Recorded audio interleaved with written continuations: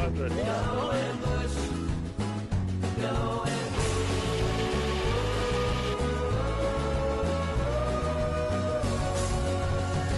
Hello everyone and welcome to another episode of Going Bush, the program about our forests and the people who work in them. Yes, we've got a big show coming up for you in this, the International Year of the Forest. Here's a look at what's coming up.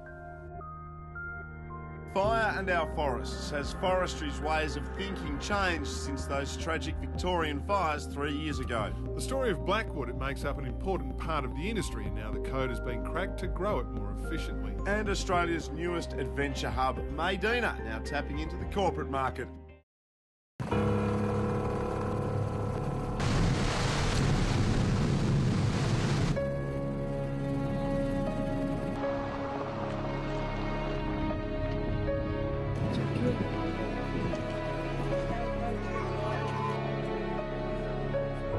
Devastating and destructive, the Black Saturday fires which ripped through Victoria in February 2009 was Australia's most deadly bushfire, taking 173 lives and destroying more than 1,800 homes.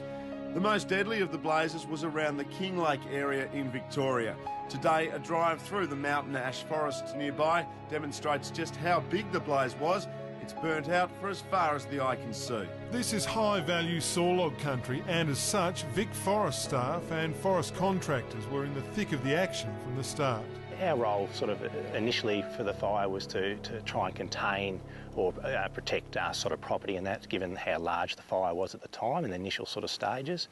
Then it moved back to sort of containment of the larger fires, building larger breaks around townships, protecting sort of assets, and then sort of even larger sort of fallback lines where they undertook larger backburns off. So yeah, the contractors were there with their gear and equipment working alongside DSE and CFA for that sort of work. I was on the DSE fire crew. So we basically, on the day, because it was predicted to be so bad, we all started off in the yard and basically just waiting around for a call to go out, and we got that at about 11:30 and headed over to Kilmore, which is northeast of Melbourne. And pretty much just followed the fire from there over the next few weeks.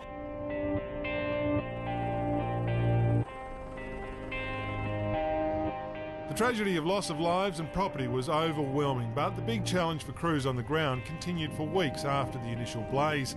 Extinguishing the massive fires took more than a month and required a united effort to achieve.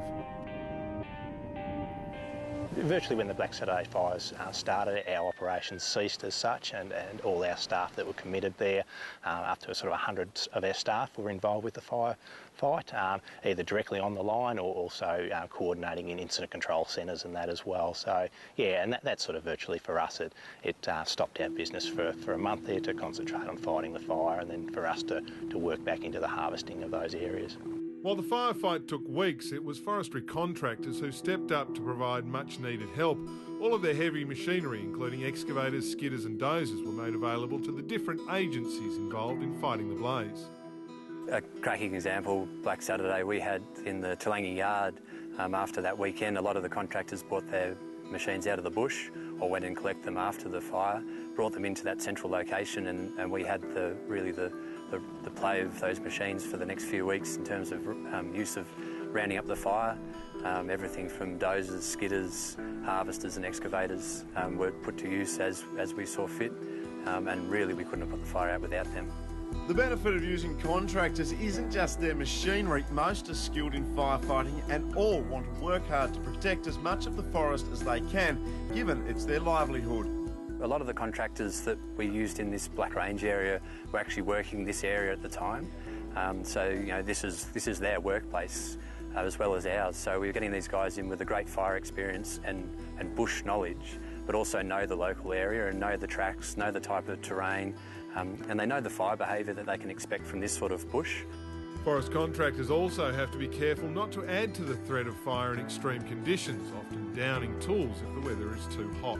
We've got some big forecasts coming up of hot weather and extreme weather. We usually don't work in those conditions. The forestry usually want us out of here, so just so we don't cause any drama as well.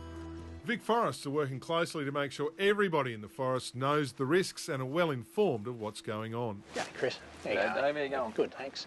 Yeah, Chris, just following that fire equipment and that for the year. Just checking you've got the gear and that. Yeah. Yeah, no worries. It's yeah, all the machines have got a fire extinguisher each. Yep. There's a Rayco in the trailer. We've got our 400 litres of water, then firefighting pump and hose.